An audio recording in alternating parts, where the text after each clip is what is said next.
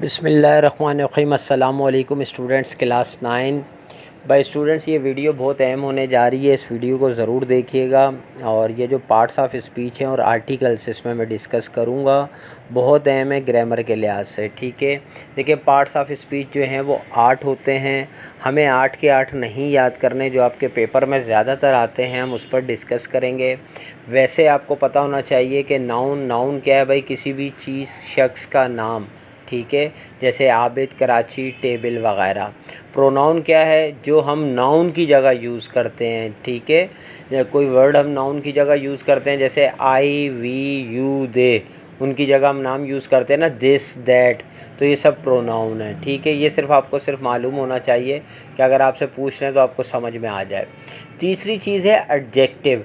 Adjective का direct link होता है नाउन से, ये याद रखिएगा। ठीक है, नाउन से होता है इसका link. Adjective a word that describe a noun और प्रोनाउन, यानी जो पहली दो चीज़ें नाउन और प्रोनाउन, उनको एडजेक्टिव बयान करता है। बयान कैसे करता है, अभी मैं नीचे एग्जांपल दे दी। Noreen is an intelligent girl. Noreen भी नाउन है और गर्ल भी प्रोनाउन है। तो कौन है ज़हीन, लड़की नोरीन। तो ये इसने किसको डिफ़ाइन किया भाई, नाउन और प्रोनाउन को। The earth is round. Earth क्या है भाई, नाउन है। तो अर्थ गोल है, ज़मीन गोल है, तो इसने राउंड बता रहे हैं कि अर्थ है। ठीक है, तो इस तरह आई हैव 5 बुक्स। मेरे पास किताबें हैं, कितनी, 5, 5। तो ये बुक्स को जो डिफ़ाइन किया है 5 ने, ये एडजेक्टिव है। ठीक है, वर्ब आप सबको मालूम है, एक्शन वर्ड होता है, जैसे ईट, रन, कम, स्लीप, गो, इस तरह की चीज़ें। इसको डिफ़ाइन करने की हमें ज़्यादा ज़रूरत नहीं है। अब एडवर्ब क्या होता है। एडवर्ब जिस तरह एडजेक्टिव नाउन और प्रोनाउन को डिफ़ाइन करता है, सेम एडवर्ब भी जो है वर्ब को डिफ़ाइन करता है। बस ये फ़र्क है, ये याद रखना है आपने। अब वर्ब जो है, एडवर्ब जो है वो वर्ब को कैसे डिफ़ाइन करता है वो देख लें भाई। अब ये देखें, ही राइड्स अ हॉर्स केयरफुली। अब देखें, हॉर्स घोड़ा जो है वो नाउन है। ठीक है, लेकिन ही क्या है, प्रोनाउन है। लेकिन राइड्स केयरफुली, चलाता है एहतियात के साथ। अब चलाने की बात हो रही है, तो चलाना क्या हुआ भाई, वर्ब हुआ, राइड्स। तो वर्ब को क्या डिफ़ाइन किया जा रहा है, उसको हम एडवर्ब कहते हैं। चलाना किस तरह, आहिस्तगी से, एहतियात से। तो ये उसको किसको डिफ़ाइन किया उसने, वर्ब को। सेकंड वन इज़ क्या है, Jamil reads the book quite clearly. अभी देखें, जमील हो गया, जमील हो गया, किताब हो गई, ये नाउन है। नाउन को नहीं डिफ़ाइन कर रहा, वो उसके पढ़ने को डिफ़ाइन कर रहा है। रीड्स मीन पढ़ना, यानी वर्ब।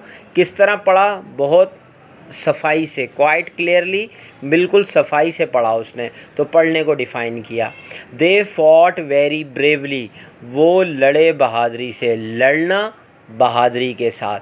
ये चीज़ आपने याद रखनी है कि वर्ब को जो डिफ़ाइन करेगा वो एडवर्ब है, और जो नाउन और प्रोनाउन को डिस्क्राइब करेगा वो एडजेक्टिव है। बस ये चीज़ आपने ख़ास याद रखनी है। अच्छा जी, पेपर में ख़ास आने वाली चीज़ प्रीपोजिशन, इसको समझ लें। ये एक वर्ड होता है जो नाउन और प्रोनाउन के लिए होता है, जो शो करते हैं कि वो चीज़ कहाँ पर है, किस जगह है, किस टाइम है। ये चीज़ें इसको डिफ़ाइन, इन, एन और एट वगैरह। अब मैंने कुछ इसमें सेंटेंसेस डाल दिए आपकी समझ के लिए। She lives in Pakistan.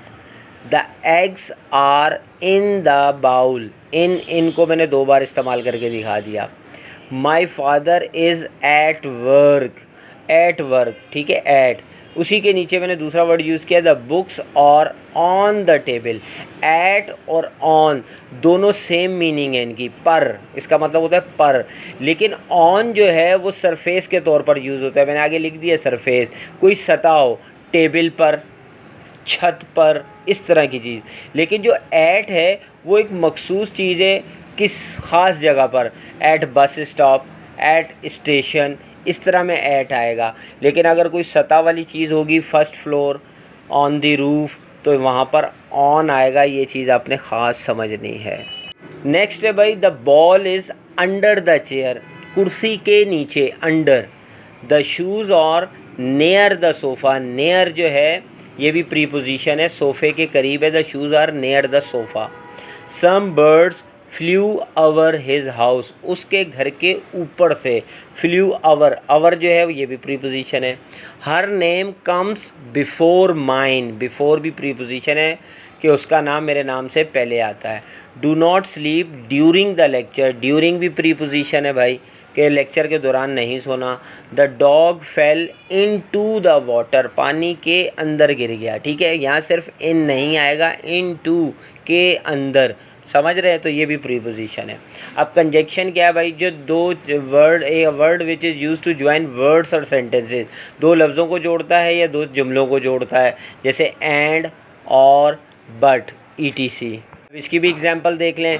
My grand mother is old but she is healthy and active, but भी आ गया एंड भी आ गया। सेकंड वन देखें, आई वॉज हंग्री सो भी क्या है, ये भी भाई कंजक्शन है, जोड़ रहा है जुमले को। सो आई एट माई फिल, मैं भूखा था इसलिए मैंने अपना खा लिया कुछ। हाँ, Nasir is a good bowler and Tariq is a good batsman, यहाँ एंड का इस्तेमाल हो गया, कंजक्शन इस तरह का इस्तेमाल है, ज़्यादा आता नहीं है वैसे बता रहा हूँ। इंटरजेक्शन क्या है भाई, ये फीलिंग्स हैं आपकी, आपने एहसासात जो है ना, फीलिंग्स। इससे पहले एक्सक्लेमेटरी मार्क भी आता है, मैंने एग्जांपल दे दी। Oh no you have drop the eggs, ठीक है।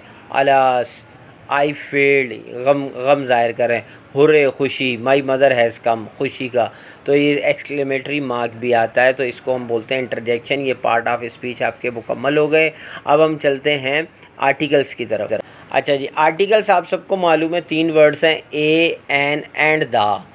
ए और एन एक ही जगह इस्तेमाल होते हैं, दा उनसे हट कर है। पहले हम ए और एन का डिफरेंस पता कर लें, कहाँ इस्तेमाल होते हैं। देखें, ए और एन जो है वो वाहिद के साथ इस्तेमाल किए जाते हैं। पहली बात तो ये समझ लें, अकेली चीज़ के साथ।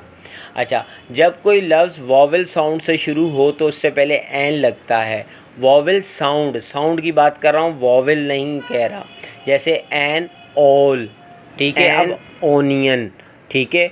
अब यहाँ पे ओ जो है वो वॉवेल है, लेकिन साथ आवाज़ भी अलिफ की आ रही है, आवाज़ का आना ज़रूरी है, ठीक है। नेक्स्ट है, अगर कोई लफ्ज़ एच से शुरू हो और साइलेंट, एच साइलेंट हो और उसके बाद वॉवेल लेटर हो, तो फिर ऐसे लफ्ज़ से पहले भी एन लगाएंगे।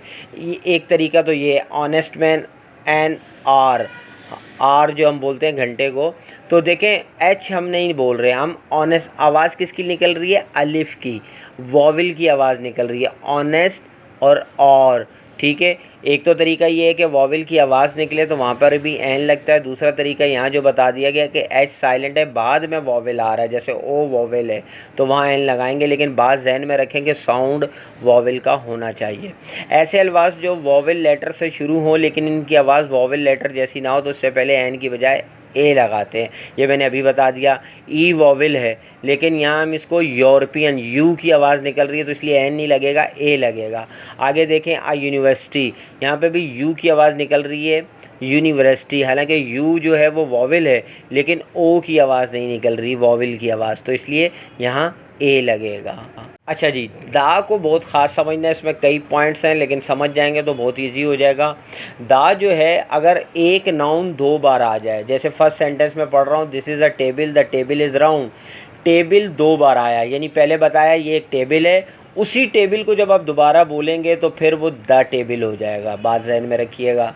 सेकंड है, कोई ख़ास कलर बताकर, कोई ख़ास चीज़ बताकर, give me the yellow mango, अब इसका मतलब है किसी ख़ास चीज़ की तरफ इशारा। अब अगर सिर्फ मैंगो होता तो फिर दा नहीं लगता, क्योंकि उसने ख़ास पॉइंट कर दिया, ठीक है। Give me the that one, ख़ास चीज़ की तरफ इशारा, तो वहाँ दा ज़रूर लगेगा।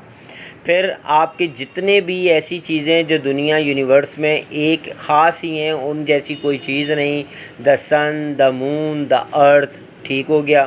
फिर ऐसा जानवर जो तमाम जानवर फैमिली को मतलब डिस्क्राइब कर रहा हो, the dog is faithful animal. अब एक डॉग की बात नहीं हो रही, जितने डॉग्स हैं उनकी बात हो रही है, तो इसलिए दा लगेगा क्योंकि वो सबकी नुमाइंदगी कर रहा है।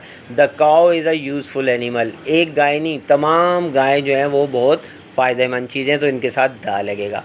फिर इसी तरह मैंने बता दिया, समंदर हो गए, पहाड़ हो गए, बड़े बड़े रेगिस्तानों के नाम कह रहा हूँ, द सी सिर्फ नहीं आएगा, नाम, the Arabian Sea, the Himalayas, the Cholistan Desert. फिर इसी तरह हमारी जितनी किताबें हैं, होली कुरान, बाइबल, इनके साथ दा आता है, ये जहन में अपने रखना है। 6 सुपरलेटिव डिग्री मैं आपको पहले बता चुका हूँ, इकबाल इज़ द स्ट्रॉन्गेस्ट, तो जहाँ EST लगता है उससे पहले दा लगेगा, ये याद रखिएगा। फिर उसके अलावा जो ख़ास नाम है जैसे कायदे आज़म, ये ओहदे हैं, नाम नहीं है, ओहदे, प्रेसिडेंट, सदर, प्राइम मिनिस्टर, द कैलिफ, खलीफा, ये ख़ास ओहदे हैं। इन जैसे कोई और ओहदे नहीं तो इनके साथ भी दा आएगा। फिर यहाँ पर ये 2 पॉइंट ख़ास गौर से देखें, 8 वाला point, both the students were present in the class, both the student, ठीक है। और दूसरा है all the students were absent, और तीसरा है the whole class, the whole class. तो मैंने ब्रैकेट में लिख दिया, बोथ हो, ऑल हो या होल हो, इनके साथ दा का इस्तेमाल होता है। 9 है the colour of the gate is white, if of in the sentence we use the, अगर सेंटेंस के अंदर ऑफ होगा जैसे द कलर ऑफ, तो फिर उसके बाद दा लगेगा नाउन से पहले, the colour of the gate is white. ये ख़ास चीज़ें हैं भाई, इस वीडियो को मुकम्मल देखिएगा, बहुत हेल्पफुल वीडियो है। इंशाल्लाह अगर आपने समझ ली तो आपके ये ग्रामर के जो मुफ्त के पॉइंट्स हैं, नंबर्स हैं, ये आप स्कोर कर लेंगे, ठीक है। इंशाल्लाह ये अब जो मेरी जहन में वीडियोस आ रही हैं वो मैं बना रहा हूँ, जल्दी से और बताएं। एक्टिव पैसिव और डायरेक्ट इनडायरेक्ट की तरफ मैं जा रहा हूँ। इसके अलावा अगर कोई चीज़ है तो मुझे ज़रूर बताएँ, कमेंट्स करें, इंशाल्लाह मैं उसकी वीडियो जल्द बना दूँगा, ठीक है। जब तक के लिए इजाज़त दीजिए, अल्लाह हाफ़िज़।